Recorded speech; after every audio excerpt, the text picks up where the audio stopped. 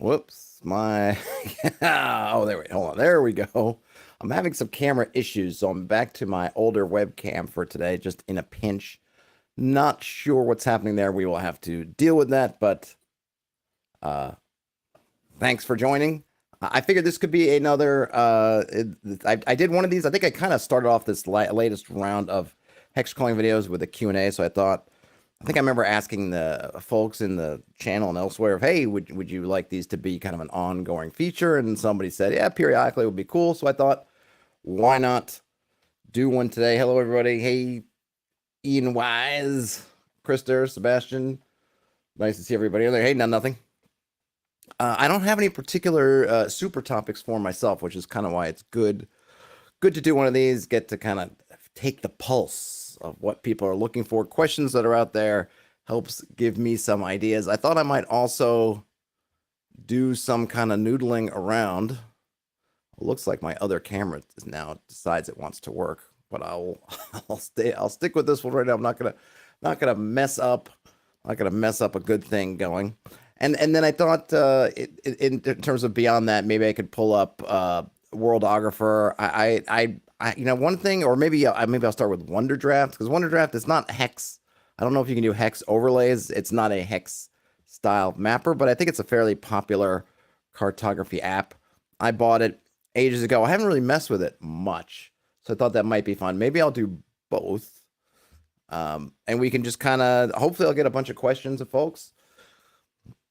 I'm trying to think if there's anything that's super. I think one of the things that I'll do, I'm happy to talk about now, but I thought I would probably do as a video is talk more about sort of we've talked in the past about the mechanically of how many layers do you want to put in a space versus other things. And I thought, so maybe it's its own video, kind of do a piece on kind of what sorts of things you want to put in, some things about that, but I'm happy to talk about that. I'm kind of calling them points of interest.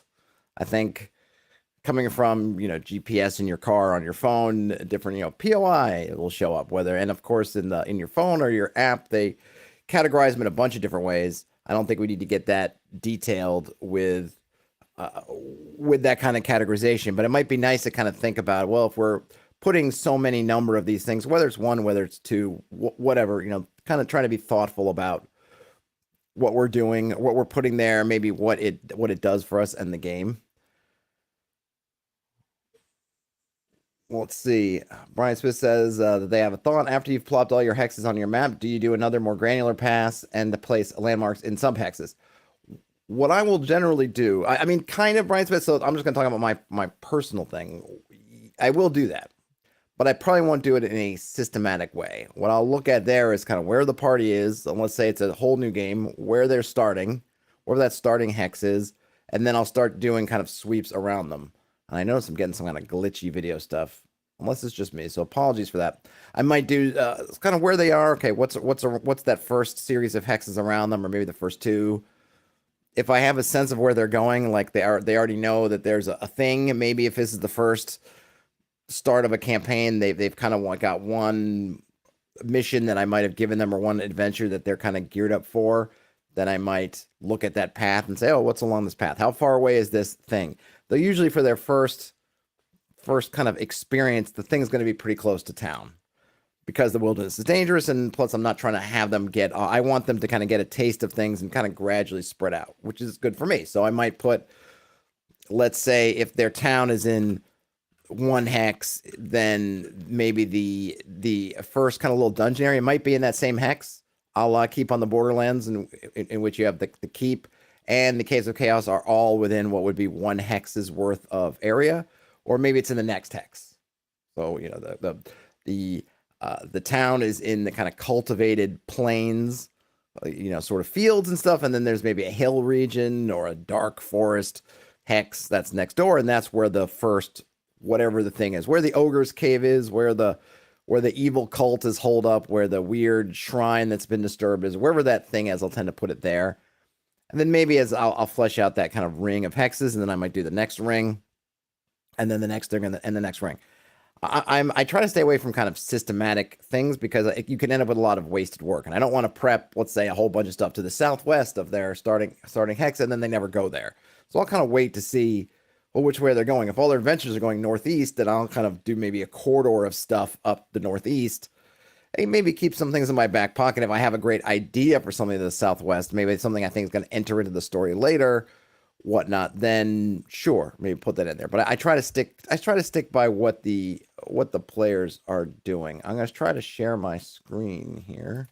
And apologies for the little glitchiness that seems to be happening at the bottom of this. The bottom of this table. But we'll do what we got to do. And I'm just posing. All right. This is Worldographer. I don't think I can share the dialogues and the things, but I'm just going to generate. I'm going to generate just a world. Let's see. I don't really know how many hexes. 36 by. Now let's do 42. Oh, geez, 36, 42. No, thank you. 42 by 36. No, like 3 key sticks. 36.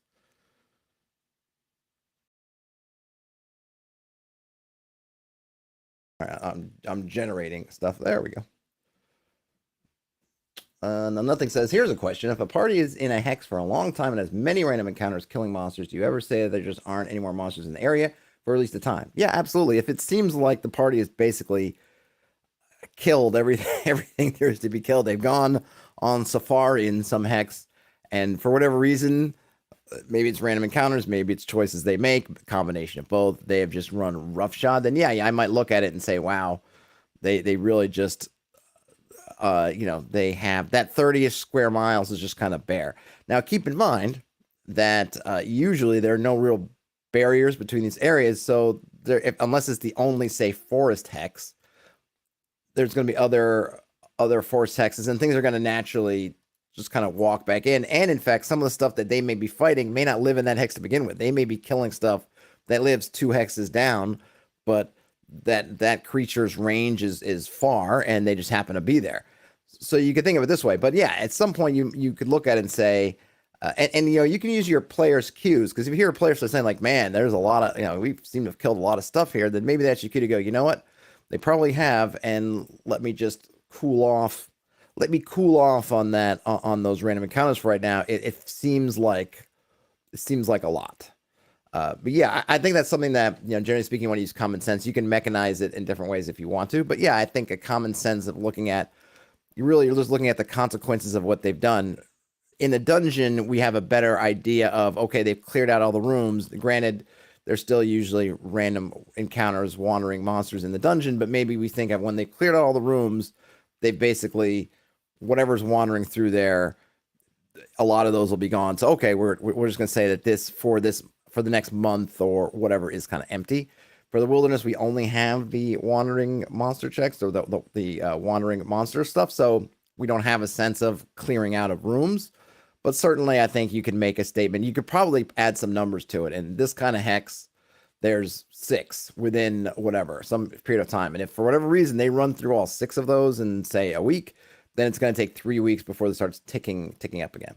Probably be an interesting thing to come up with a system for, presuming your party's out there mucking about that much. A lot of parties that probably won't come up, but if it does, you've got that in your back pocket.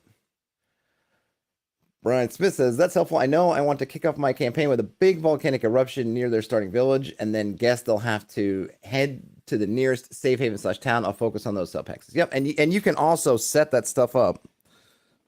Drop my glasses. You can also set that stuff up by having, either NPCs can tell them, hey, we got to get to Sweet Haven by the sea, or, something like that. Or obviously, however the volcano is erupting with something like that, you can clearly basically set up certain vectors as just being impossible. No, you can't head that way. That's heading towards the nasty volcanic eruption stuff. We need to head this direction, which, because of the wind or whatever, or just fate or luck, is some kind of safe corridor. So you can, in those circumstances, you've got the volcano kind of gives you a way to steer things a bit.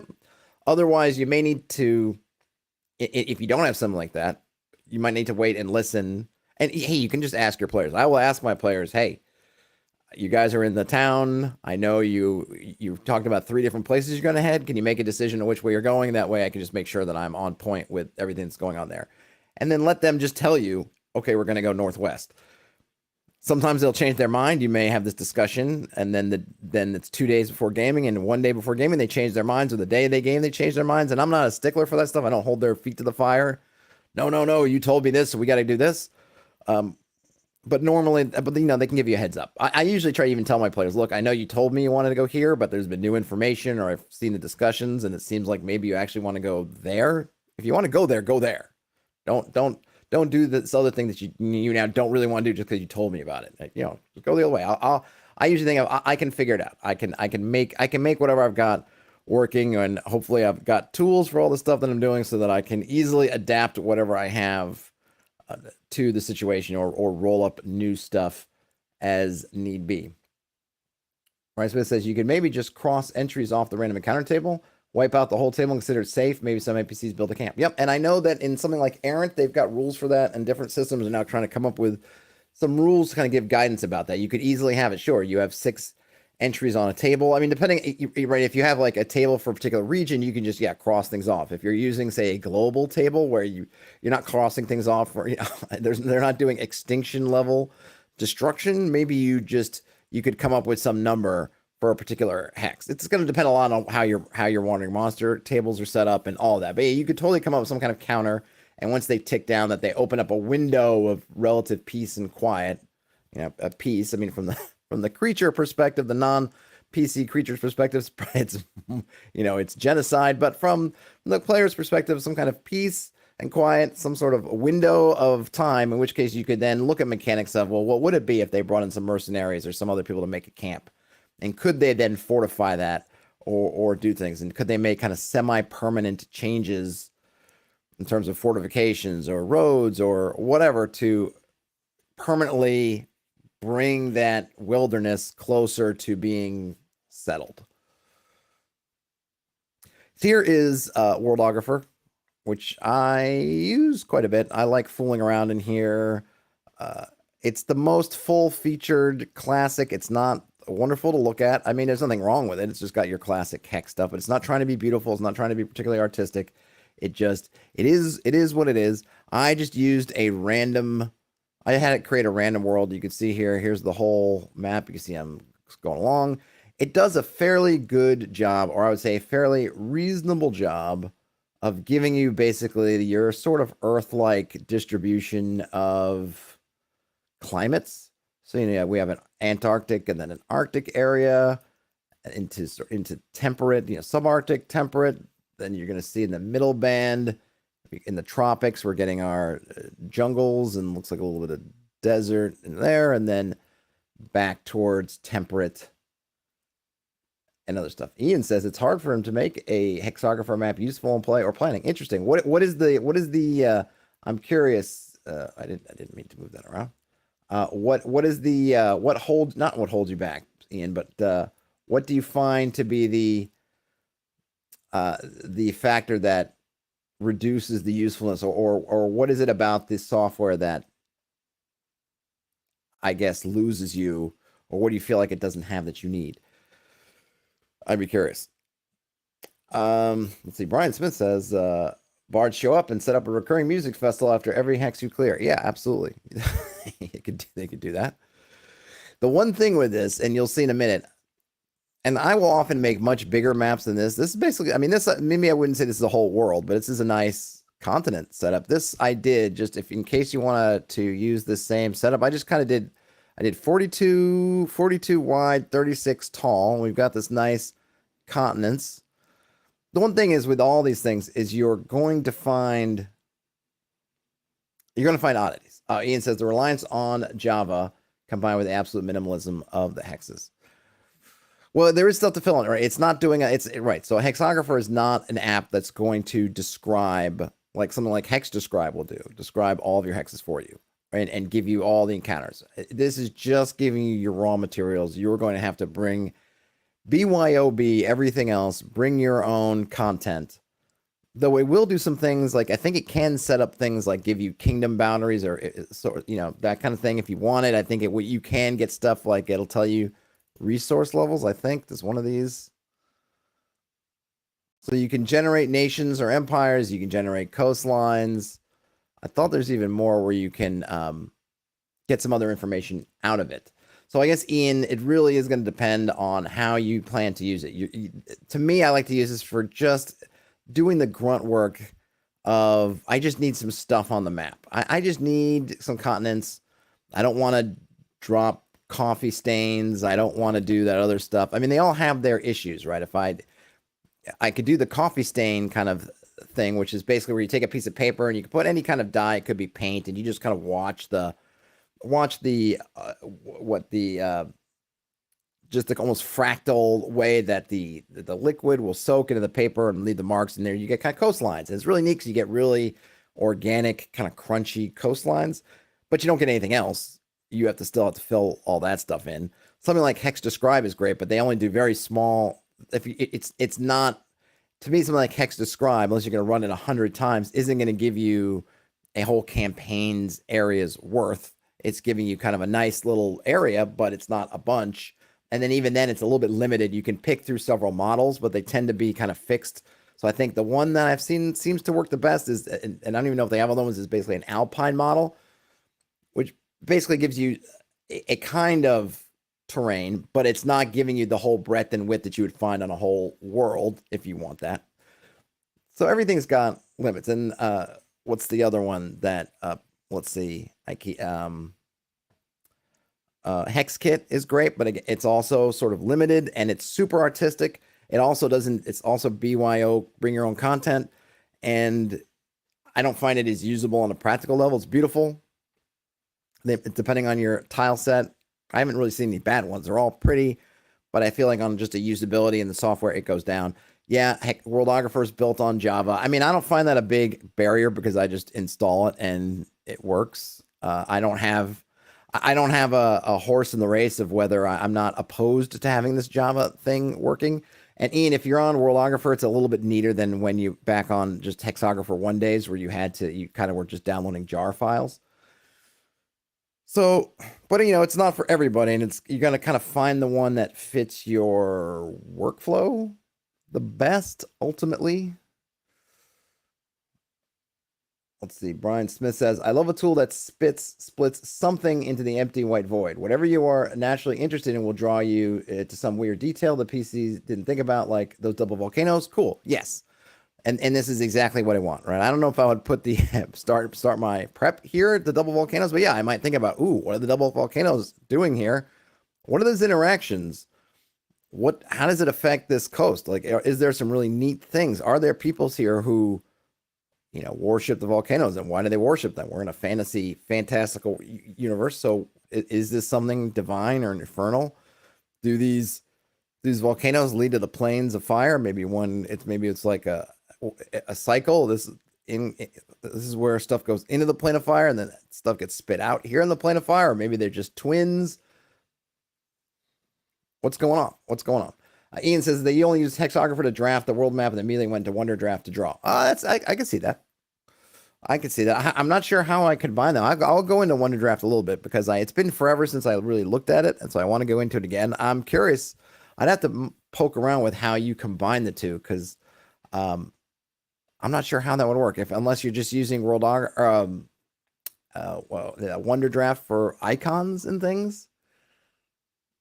I'm not sure what I would do. So yeah, so like Brian Smith kind of alluded to, the next thing for me, so I had this empty map, and now I've got a whole bunch of stuff in this map. And I actually don't really, I don't dislike this kind of, as far as maybe this would be the kind of Westeros, and somewhere out here, I could run this generator again to get kind of my Esteros, or whenever I might want another continent, a couple of continents at some point, but maybe even not. I mean, I could see you could run, a whole bunch of campaigns in an area just this size. We are at the world level. So each time we zoom in here, this is going to fill with hexes. And I think when I do this, it's going to ask me how many hexes per hex. And I think I always just say 6. Oh, he says tracing over Hexographer. Okay. And then the next step I will do, so as Brian Smith said, right, the big hurdle that this gets me over, and I think it does a fairly good job. There's going to be a bunch of oddities. Double volcanoes are oddities. Some of them are good. Like, yeah, that has a lot of possibilities. You might run into other stuff that just doesn't make a whole lot of sense. And I will do some cleaning up. So I might look at this here and say, well, you got this kind of ring of this whole smorgasbord of hills and mountains. Do I like that? Do I not like that? Do I want to complete the ring of mountains and make that something? Do I want to break them up? Do I want to? Maybe I think this is kind of just thick, and I know that oftentimes the mountains sort of follow the coast. So do I want to make this more of a north-south running chain and sort of clip some of these off? I might go through and do that. Maybe this is a secondary chain. I'll go through and I'll tweak all this stuff up. And if you want to look at, I've done a couple of videos on noodling in Hexographer where that's basically what I did. And also, I think if you go back and you look at the Logan's Run project, I did a bunch of noodling. I think people commented on it that, I took this map. I thought like, yeah, I'm pretty happy with it. And before you know it, I'm in there kind of, oh, I'm changing this. Let me change this. Let me change that. And by the time I finished doing all these individual tweaks, the map looked fairly different than the map I came in with. But that's kind of the fun, I think, of this step in the process, is taking these kind of shapes that you're getting that are pretty much random with some guidance, and then shaping them, seeing the things you like and shaping them. Maybe I want to take out this land bridge here and cut those off. Maybe I want to make a land bridge here, link those together. Do I want these things closer to the volcanoes? I think I'll keep these volcanoes. Maybe I want them closer to land for some reason, just to make them a little bit more accessible to whatever I'm thinking. Maybe I want to cut this off or narrow it, right? Maybe narrow some of these, not make it just such a singular block, but maybe narrow the neck of these two kind of, it seems we have a natural north and south here. I mean, it's kind of got a weirdly, I can kind of see shades of the Americas here. I mean, it's not perfect or anything, but I could see that. Maybe I want to enhance that further. Maybe just, okay, let me slender down this. Maybe almost make a kind of a Gulf of Mexico kind of area around here. Or maybe I want to make it less like it. Maybe I want to, let's blow it up. Let's do something. So I'll just go around and fool with it. Dungeon Master Masterclass has a bit of a hot take. DMs shouldn't put time into making a world every 6 months for each campaign. Put all that effort into a single world. 5 years later, you have an awesome world you love. I agree with that. I think the caveat there, Dungeon Master Masterclass, I would say, is sometimes when you're doing different campaigns, you want to explore different themes. You want to essentially explore different kind of settings or different types of settings. So maybe if in my now you can't, there's nothing stopping you from doing that in a single setting. But let's say I want to run a Bronze Age campaign, and then the next one I want to run a steampunk campaign. Could I put them all in the same setting? Sure. I could do something like say, well, this takes place 500,000 years in the future, or there's just another part of the map that's all modern. But maybe the way I've built this map and the setting and the map and everything just works for one and not the other. I don't want to feel like, whoops, I've crossed over the line of how many things I can do. So I would say, yeah, I definitely think that I agree with you completely. The more you put into it and the more you live in a single campaign, just the richer it's going to be as you continue on. And that's true for you and it's true for your players. At the same time, if you do want to run a different campaign, sometimes depending on what your campaigns are, then it really kind of requires a new setting, or at least some kind of massive change to the setting, in which case maybe a new map or a new world is appropriate. But I don't think anyone would really disagree with that. I think what happens with, at least what I see online, so the caveat, right, with the internet part of the role-playing game universe, what I see online is a lot of people end up dissatisfied. I think there's a couple of things I think for people who make tons of settings in a short period of time, right? If they're making settings every 6 months, or and I know you didn't mean that as kind of a hard and fast number, but in relatively short periods of time, that means a couple of things are happening. One, their games aren't lasting. or I guess really that's the main thing is their game isn't lasting. And then the question asks is why isn't the game lasting? Is it that you're unhappy with this setting that you created? Part of that being the geography. Two, you feel like you goofed somewhere, something you did was wrong, and it's too late. You don't want to. You don't feel like you can retcon it or figure it out. So there's something you're not happy with it, whatever, something of that nature, or just with your group, your table, just things splinter and fall apart. And sometimes when those things happen, when your games splinter and fall apart, or you're not, or certainly if you're not happy with the setting, you're trying to get back on the horse, you're trying to start a new game, you don't want to go back to that setting because you feel like maybe the setting's at fault. Or I mean, maybe you feel like literally the setting was at fault. Like I did some stupid mistakes. I don't want to do them again, and I can't. I don't want to. All that stuff is all kind of bound together, so I just want to start over. Or if the game splintered and fell apart, you can kind of taint your love of the setting. You might love what you made, but then it's kind of tainted by that experience. So you know what? I want to start something off. I think folks who have really good, strong running games aren't going to have that problem because they're going to be playing the same campaign for a while. So it's not going to come up, but it is going to come up with the people who are having to start new games or pivot their games. And those reasons, some of that comes down to not falling, or the setting might itself they feel like is faulty in their mind, or it just gets tainted by other stuff that happened with the game. And Ian says that you can even do this, keeping the same campaign against different rule sets. Yeah, I think the rule sets are probably the least important part of it. I think for me, it's not the rule sets, it's just the kind of game. Like, am I doing a steampunk game? Am I doing a Stone Age game? Am I doing something else? And then sometimes you can make it work. Sometimes you say, yeah, I'm going to fast forward 2,000 years and we're going to go from medieval society to the steampunk society, and that's what we're going to do it. And I know people have done that. But I think other times you go, I kind of don't want to do that, or I'm going to have to rework my whole map, and just easier if I just kind of start over and do something else. And I get that. I get that too. Ian says, it's important when running a setting across years, you have to kill your darlings. I have a city from an urban campaign with dozens of wiki articles that got kaizoed. And oh yeah, games in that setting fall apart all the time. Yeah, I do think that's something I liked about Broodmother Sky Fortress, was that it was this kind of, I don't know if it was a long time ago when I made that video, but I had this kind of concept I like. That I talk about that one, which is this kind of board shaker where you have your board, you've set everything up, all your pieces and everything's delicate, and something comes along and just shakes it up. Pieces fall over, some stuff fall off the board, some stuff just whatever, and then you have to pick the pieces back up, see what happens. And I think that stuff's a lot of fun. I think it can really shake you out of your system feeling or your setting feeling too static, maybe too predictable. Maybe you've drawn in too many details that are now confining you, and this is a way to really just kind of blow out of them, right? Well, there was this city that I wanted the players to get to, but they couldn't have airships, and now there's all these convoluted ways to get there. Well, what if something came in the city in the sky? I don't think I said so, like a floating city. I remember this came up a long time ago on a forum. Someone had this floating city, and they couldn't get the players needed to get there, but they couldn't get the players there, and they for various reasons of lore and all this stuff, they had all the kind of main reasons, your main instruments that you might use or have your players use, their characters use to get to that city, like, were taken off the board. So that's like perfect for saying, okay, well, what happens if the Broodmother Sky Fortress comes and just uses like a giant howitzer and just blows that city, a hole in that city, whatever is keeping it afloat, and it crashes into the landscape. Okay, so whatever the party needs is probably still in that city, but now instead of it floating for whatever reason away from everything, now it's on the ground somewhere right there. Boom, done. Or something else comes, or a wizard shows up and grants everybody teleportation circles.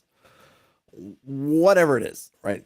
I do like those things that can come and shake things up. But yes, that's a good point, and I think I've made other videos where I said, like, you can't, stuff in your setting shouldn't be precious. You got the stuff written for it. Great. That stuff doesn't get lost. You can still have that wonderful stuff you're written, but be unafraid to, blow things up, tear holes into them, all this kind of stuff. Because that's really what happens in the world. Earthquakes and things happen. And certainly in fantastic worlds, kaijus can show up, Cthulhu monsters from beyond the moon can just come and just, wipe out a whole continent. It can happen. Mr. Justin Theory says, if you want to play a Hexcrawl open world sandbox game, is it better to use old TTRPG like OSR instead of 5e? And Warbunny says hello. Hey, Warbunny. Mr. Just in Theory. I would say this. So I don't have anything against fifth edition. I think I prefer OSR gaming to that. But if my group said that they wanted to play fifth edition, I would play fifth edition. The first thing is, hey, these are the folks I enjoy playing with. Let's all play something together. And if that's what they want to play, I'll play it. That said, so far, I guess first thing I would say is that. So if your group is a fifth edition group, and I know for some groups, some tables, getting folks to try different games, rule sets, regardless of whether it's an OSR rule set or something else, can be really hard. A lot of players just don't feel like they have the mental bandwidth to pick up another set of rules. Sometimes they don't want to. They're perfectly happy with fifth edition. They know it. Some people like to just play what they know, and they know fifth edition, so that's what they want to play. That's kind of the first thing. I think in terms of which rule sets have the most support for a lot of the elements in sandbox play, I think OSR in general, and remember, it's a big umbrella of a bunch of different systems, and not all of them are super hexcrawl sandbox oriented. But I would say, just as a general rule, I think there's more support in those kinds of games than in fifth edition. But it's not like fifth edition has zero support. And I think what you have to do with fifth edition is you kind of have to look between the lines, look what they've done with some of their adventure books, and kind of read in between there and sort of see what they're looking at. The DMG does have some advice on running this stuff. And then if you look at, say, I think, what's it? Not Tomb of Annihilation, but whatever the new one is. Or no, it is Tomb of Annihilation, right? Tomb of Annihilation is the new one. Yeah, Tomb of Horror is Tomb of Annihilation. Tomb of Annihilation has a hex crawl element in that one, in that adventure, so you can kind of look and see, well, how are people laying this out, right? And not that Wizards and the official writers, official materials are perfect. Oftentimes they are far less than perfect, but at least you can get a sense of, okay, here are the folks that are designing the game.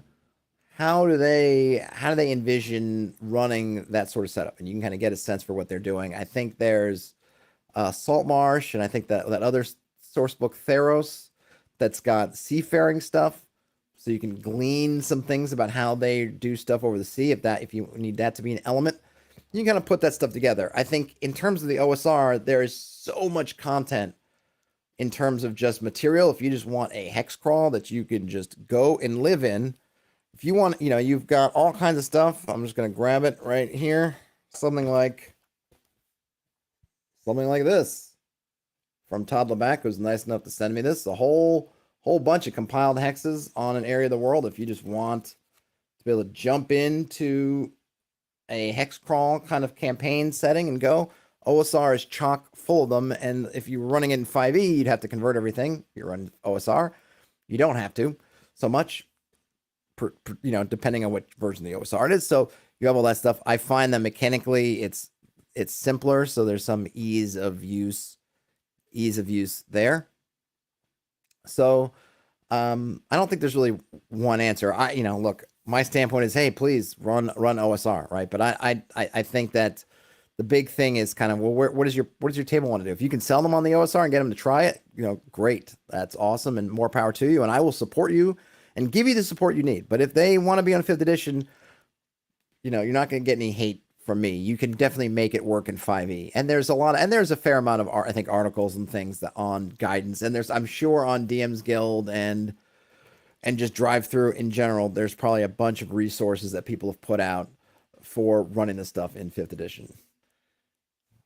Ian Wise says that they're thinking of trying out a D&D 1e or 2e. They've got the D&D BX game they joined. Oh, tomorrow. Nice.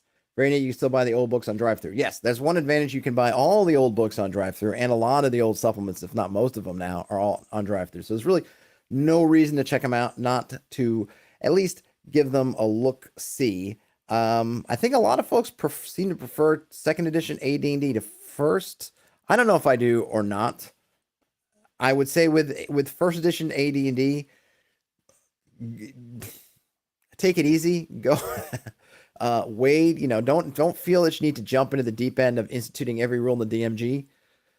Just gently, start with the core stuff, read through the different rules, see the ones you think you want to use and kind of use them. And then if that means that over time you embrace all of it, great. But I just know that in terms of people that I remember playing with, and most of the folks I've talked to about this, it seems like for the most part, most folks, the most tables did not play with every single AD&D rule in effect. I'm sure there are tables that were, and people have said that they did, and hey, more power to them. And I'd love to try it sometime just to see. But I think that's I don't want to say it's a misconception, but I think people tend to look at the overall first edition, and it can seem really daunting. But I remember when I played it back in the day, and this seems to be at least I can only talk anecdotally with people I've talked to, kind of maybe it's more an age range things with people, folks my age who played AD&D back in the day. A lot of us played with some subset of AD&D rules rather than trying to do everything. So you can kind of pick the amount of crunch that is good for you. Ian says, I think you should find whatever hexcrawl system you think would work best for you and tack on the game system you're using. Yep. And most systems are fairly rules agnostic. I will say you can find lots of systems for doing stuff that doesn't really care what rules you're playing. You're just going to want to see where there are crossover. You're going to want to address things like, okay, if you're in 5th edition, how do you want to handle Goodberry? How do you want to handle character flight, potentially? How do you want to handle things like some of the ranger abilities? And it's not that they're impossible to mitigate or whatever, but you just want to be kind of aware of them. That way you don't get your hopes up on some aspect of the game being super important. Like, ooh, I really want to play with survival and starvation and having to ration out your food and all this stuff and hunting. Great. And then, you get in there and you go, oh, the druid's got Goodberry, and that whole thing that you thought was super important has just gotten wiped out. That can be a bummer. So you want to, prep for that stuff. Mr. Justin Theory said they had no idea. They only play D&D 5e. Hexcrawl's a gem. Thanks for telling me. Sure. War Bunny prefers skill-based systems. Well, hey, I don't have anything against skill-based systems. I don't mind class. I guess I go either way. Whatever. I mean, I'll play anything. I loved messing around with GURPS back in the day. That was all skills. I kind of like sometimes the what are they? I guess hybrids, kind of skill class bundles. I mean, to me, a class is really just a shorthand for a bunch of skills that you're putting together. I think the big difference really comes in, which is really that kind of your secondary stuff, right? Because if you think of, okay, all your fighter class and that bonus, and I'm just using fighter because it's the simplest, is to hit and whatever, that pretty much covers your combat, which is their specialty. But then once you get into, well, what do you want secondarily fighters to be good at, or how much do you want people to be able to customize that, or what, however you want them to do. And the skill systems are great for being able to give you this wide spectrum of, you can just kind of do anything, whereas the class-based systems do kind of force you into pockets or lanes. If you own, some of them are more flexible than others.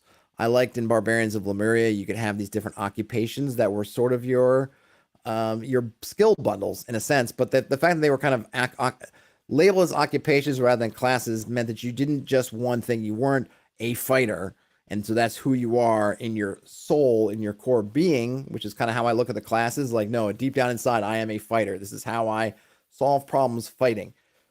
It's just stuff you've done. So you could, if you wanted to get certain skills, you would just have to, that becomes, building up your character is kind of part about telling your life story. If you want to have certain skills from navigating on boats, then you embrace, or you take on a rank or so of one of the sailing pirate backgrounds, and that says that's you saying about your character that they spent some time learning the ins and outs of navigation. Sometimes you can get kind of weird stuff with skills, not weird, but because you can just dabble wherever you want, and sometimes you can, depending on how much sense you feel like you need to make of it, it can be a little bit like, well, how did you get like this skill? It's way over here, and then this other skill is way over there. But with the kind of occupation background, you just naturally have it. Oh, because I was a pirate, and then we got captured, and I was sold off and was a slave for a little while to a sorcerer who then taught me this other thing. Right? I kind of like the occupations that it sort of simplifies but guides that kind of storytelling aspect. Not that you can't do that with just the skills, but I feel like you get more flavor from the occupations, at least me. Ian Wise asks, what are skill-based systems?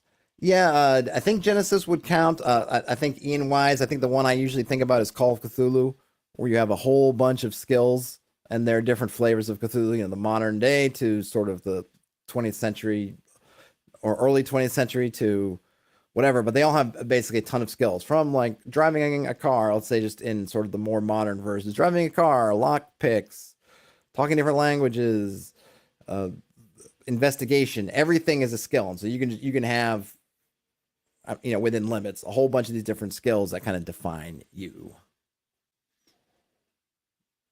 These chats are very informative for a new kid like Ian Wise. Well, great. Glad you helped. Yep. War Bunny talks about GURPS. Yep. You buy, a lot of them have a kind of a point buy element also. So you'll buy a certain amount of points. It'll buy skills. And usually it's going to depend on the system. Kind of the higher you're trying to raise a skill, the more expensive it is. So you get so many at character creation. And then depending on how it works, whether at levels or whatever intervals, you get more skill points and then you can invest more. And they can work in a bunch of different ways. And this is this new sparkling, what is this? Blood Orange Tangerine Spindrift for the working man.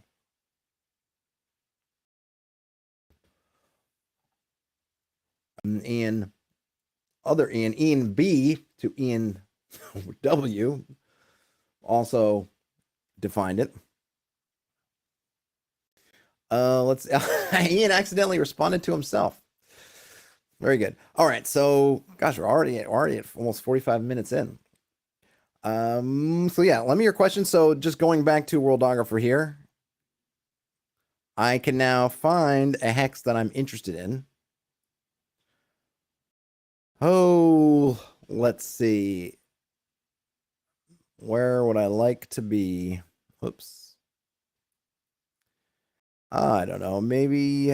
So I will say this. So one of the things I try to look for in terms of where I want the party to be, and just know when I do go to the next level, say zooming in one of these, you're going to get all kinds of oddities because it's going to try to extrapolate. Let's say this area here that I'm circling with my mouse, that's kind of half hills, somewhat forest and hills, the mountain in the middle.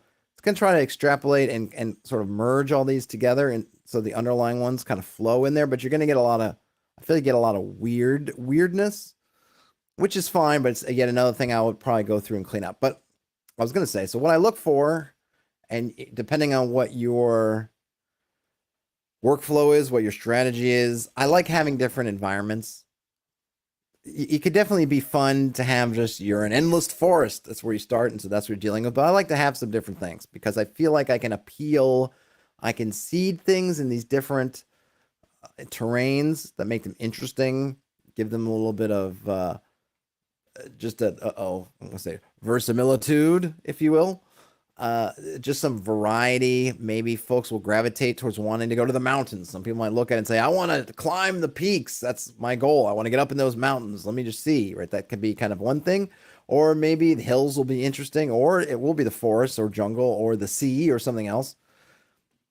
And then by having all those different environments around, you just gives you a really broad pool of things, from monsters and other creatures and just different types of structures and things. So if you're in endless woods, you might find that it's hard. I mean, it is hard to fill up woods, just one kind of terrain, without feeling that you're getting repetitive or feeling, inspired. But if you have a bunch of different ones, then you can naturally, you kind of get to access these different things that are going to give you different images in your brain, which will then help you. And you can think about how these two relate to each other, and different creatures, dwarves and hills and mountains, and elves and woods. And you can obviously scramble those up however you like, but you can play with those. And there's just enough of each that you can start thinking about, oh, well, we've got these things kind of in close proximity to each other, and what kind of conflicts might arise factionally, got all kinds of stuff. So I like to pick a place that's going to give me access to a variety of areas. Ian B says, I will say, despite not being a huge fan of the app, the zoom extrapolation of regions is super cool. It is super cool. And the zoom is, and this is something that I don't think anything else has besides Worldographer, is this ability to zoom into different levels. And let me just do it. It might, I don't know how much it's going to chug, but we're at the world level now, and we can imagine, I forget how big these are, but we're going down to one level down. It's going to ask me how many. I'm just going to stick with 6 across. You could set that to whatever you like. I'm just going with 6. Fine. Boom. Finished. That was actually pretty fast. So now we can see here, we're still in this area, but now we're zoomed in. What's the link to move around? There we go. Oh, I should use that maybe. And we have all these areas, and this is the kind of oddities I'm talking about. So you've sort of got solid. These I think because there's hexes for mountains, which is this, and then there's hex for mountain. I don't know if I like having both of these. I kind of feel like the mountains works best when you're more zoomed out, and then just a singular mountain at this point. But you see, you have kind of hills, hills, hills, mountain, mountain, right? I don't tend to think of mountains like that. Maybe, I mean, I guess if it was like these two, I don't mind because maybe this is kind of a pass in the mountains. But I would generally have this whole thing be mountains and then indicate somewhere else that this is a pass because I feel like passes through the mountains are still mountainous terrain and not hill terrain. Ian B says mountain means big mountain. Maybe I think there might even be there. I think there's even a bigger mountain. Let me see. So here's all the hexes. I'm just going to focus on the classics. I think there is one that is, in fact, there you go. So there's snow-capped mountain, and that is just mountain. So it's just an interesting way of doing it. You just kind of got to be aware of it. It's really all of this stuff is, I'm just telling you this stuff that kind of, I look at it and it's just like, well, this is kind of how I would prefer it. For you, it might make total sense to you. And for these kind of mini mountains, you want to read that as the smaller mountains. See, it's just mountains and mountain. And then you want to read these ones as higher peaks. That totally works. Then you have maybe 3 levels of peaks. You've got sort of snow-capped mountain. You've got sort of medium mountain, and you have low mountain. I have no idea if that's what they intend, but you tend to have both sets of symbols and they're just kind of thrown in there, interchanged. And in the pattern, so I would expect, and remember, all this stuff is sort of, it's randomness with some, whoops, oh, I hate when I do that. Randomness with some guidance in terms of code, right? Is, oh, we should try to do this and not this kind of thing. So maybe if I was trying to do, okay, these are the bigger mountains, and I would want the bigger mountains to kind of be the spine of the smaller mountains, so that, for instance, if we look at this as a range, that the bigger mountains would do some kind of swoosh like that to represent them, but they don't. They're just kind of ping, ping, ping, ping, ping, ping, ping, and then, ping and pong, pang, and nothing over here. It doesn't quite work that way. Of course, this is, again, where I would say, hey, this is at the point where I would go in and start to smooth things out. Maybe I would go through and, if I felt like it, replace those with the regular mountain symbol, or maybe I would go through and put a couple of rows here of the mountain, and then in the midst of those, put the some snow-capped mountains in there. Mountains, Gandalf. Mountains. Things like that. But just know that, here we have this thrown in the middle of these hills. We've got just kind of random grass. And then what is that? It's like poor grass, I think is what that is. Poor grassland. And it's just kind of thrown in the mix of these hills. You kind of get the hints that there might be, maybe there's a valley in here. So, I'll go through and carve out my valley in here, try to connect the dots a bit on these, and maybe I'll just go, I can just do that now, right? So let's see. And I think they just used the farmland hex, which is just the plain green, where I would probably go grasses unless I was ready to establish things.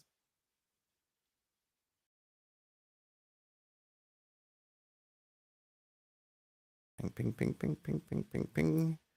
Go do that. Connect that.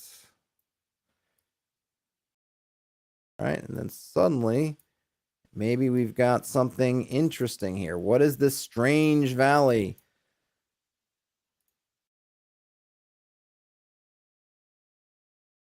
What is this new devilry? Oops. That's all right. Yeah, so, I'll do something like that. Say, now we have this really interesting valley network that's through here. What does it mean? Do creatures live here? Are there some societies here? What is it? What is this thing over here? I always have to go back and look at these things too, because I don't ever really remember what all this stuff is. That might be a different one. Is that one that's even? What is that? Is that's an other Badlands? So I'm not even sure what that is. Nothing says it's too bad that the terrain on the sub hexes keeps so true to larger hexes. Once this culture gets satellites, they're going to be freaked out that everything is shaped like hexes. Yes, that's the other thing, right? There's the kind of oddities, and then there is the fact that oftentimes you will get very hex-ish shapes. Though remember, keep in mind, this is just an abstraction. Nothing actually looks like hexes. We're just kind of laying this out just for ease of use in all these areas.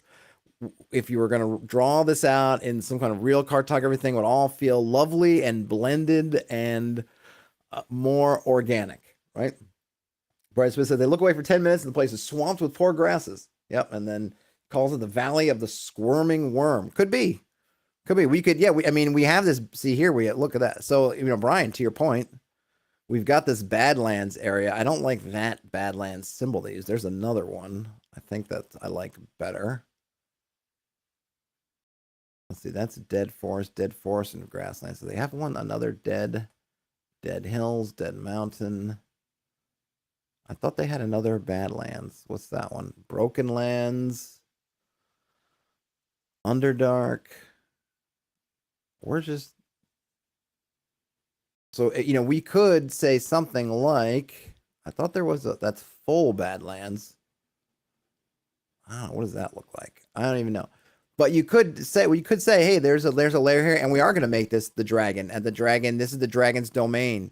Maybe it's one of those. What is it? A worm, as in what Brian Smith said, that has no wings. And this is basically its domain is all in here. And then this area of particular Badlands is where its lair is. All kinds of possibilities at our disposal with that. And now we could see with the magic of Worldographer, we could drill down again. 6 more hexes. It's now filling them in.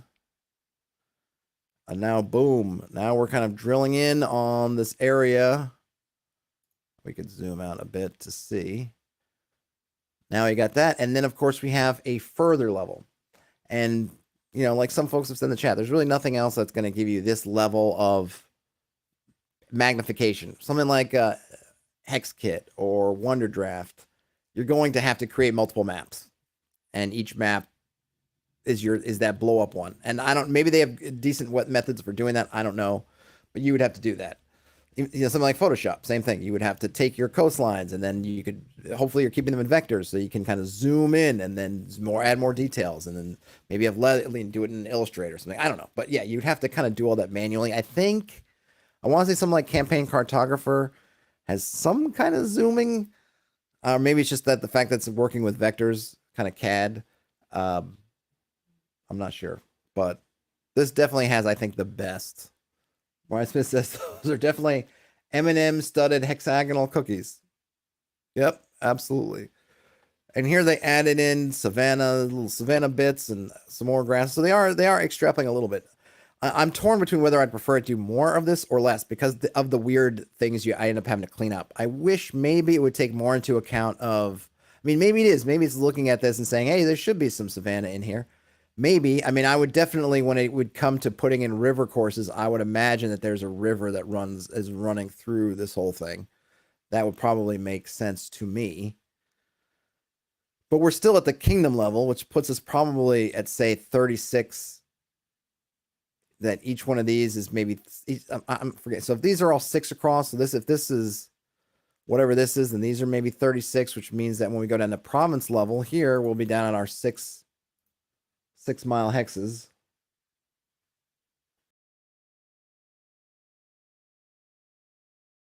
Let's see, here it goes. Boom. And now we're at maybe more the, our kind of initial level. And now, of course, look at the terrain is really very, I wouldn't say it's completely regular, but it's have to do a lot of work. So I would probably, if I didn't want to do all that work myself, I might zoom over to try to find something that had more oddities around it. Or maybe something here. So here, if we zoom into this area, we've got some savanna, we got some stuff, clean this up, some mountains. Maybe I might put here. This is where maybe I'll put in that river course, and I'll just do a river. I'm not very good at them. And I'm not sure how it works with the rivers. The rivers in Hexographer, I need to fool around with them more. I'm not sure I understand how to do them because you can kind of auto do rivers, but I might need to move up. Let me move up to Kingdom. Actually, you know what? Maybe I'll need to move up to. Let me move up to Continent.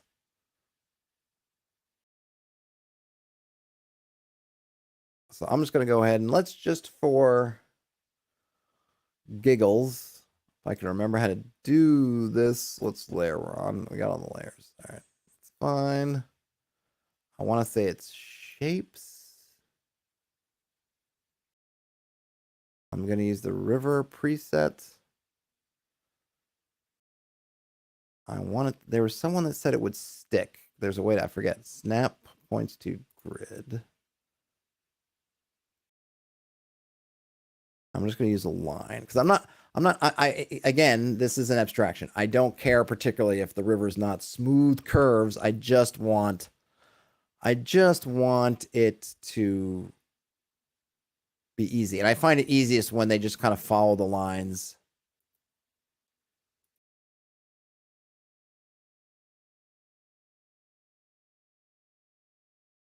And then I'm just going to snake this bad boy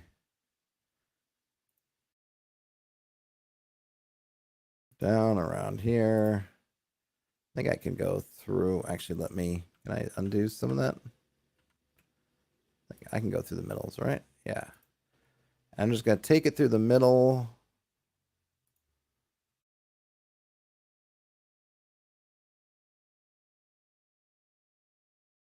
Let's see. Oval Team Patrol. Hey, Oval Team Patrol says, I've never been able to make a good looking river or road in Hexographer or Worldographer. It's very frustrating. Yeah, I think the thing is you have to let go of is the good looking part. And I mean, no disrespect to the folks at Inkwell Ideas because I really do like this app. It's just it's trying to do so much. There's so much going on with it. And I think the part of the thing is just letting go of the fact that this is not going to be maybe the most attractive map I've ever made, but I am banking on the usability. Like that is the thing, is it's going to be usable.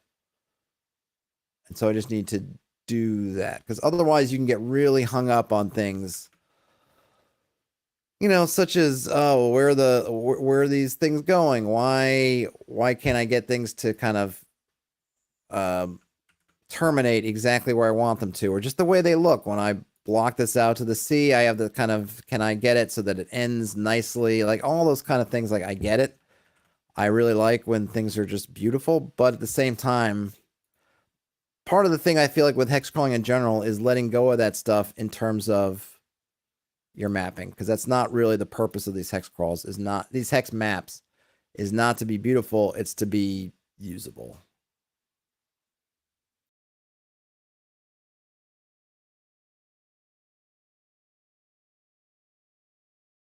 Oops, let me back that up. We'll just go.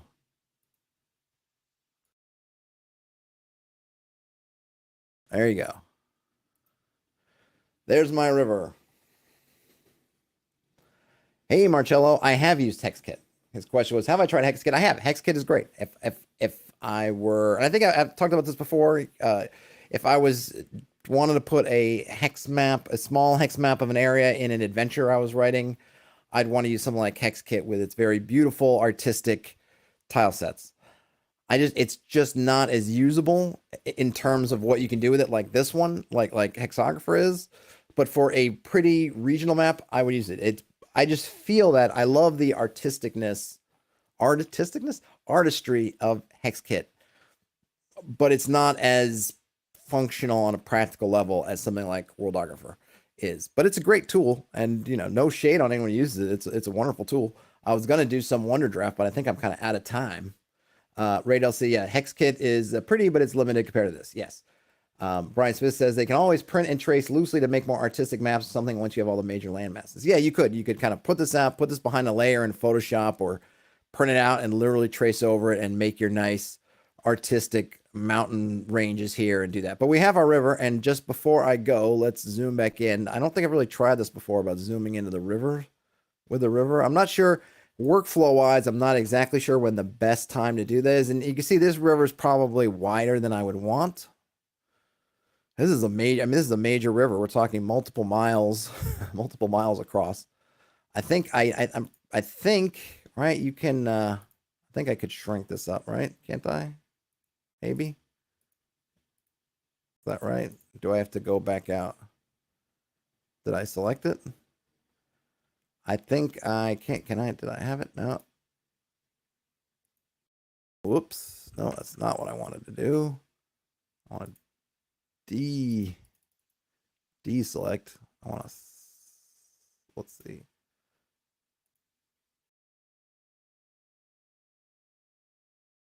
I think I have that. And then can I edit the size? Oh, it is doing something. Look at that. And see, this is the nice thing also, because it's using vectors. So some of the things that makes this can be kind of aggravating or not give you some of the things you might want are some of the also things that make it super powerful. So there, I just took this river that we'd made and I've shrunk it down. And now I have something that probably makes more sense. It's still 5 or 6 miles wide there, at least. No, they were at kingdom level, so it's still, we go down to 6 mile hexes. No, don't do that. What did I do? Oh no. I'm trying to undo it.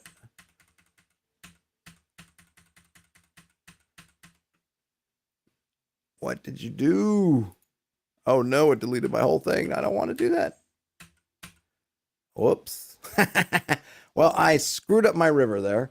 That's a good one to win. But you can see kind of how you can do that stuff. Maurice says the amount of detail here is intense. We should do a 3 area start to finish down. Yeah, you know, this is way more than you need. This is merely to give me kind of that starting point. And I goofed and I could go down and fix that river, which I won't. I'll just, oops, now I don't have it to delete it. Can I don't have it now to delete it. Oh, what happened? Anyway, I goofed on my river. I have to go back and fix it. Yeah, save often when you're doing your hexographer rivers and things, because you'll get all kinds of weird. You'll get some weirdness, and this is the thing. Like I could probably, if I was more of an expert, I'd know, like, okay, where can I? There we go. I'm sure I could do something with the layers to kind of hide some of the stuff when I want to sort of smooth it out. But you get the drift. You get the drift. There is an insane amount of detail. When we're looking at it, I'm just going to go back in just to kind of put a button on this a bit, right? I'm going to want to find the area that I'm going to be one of these hexes.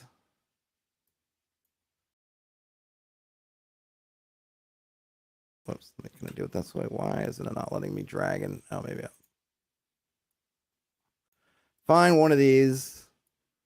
I don't even know where I am anymore. There we go. Maybe something like this. Find that area I want to be. Clean up those hexes.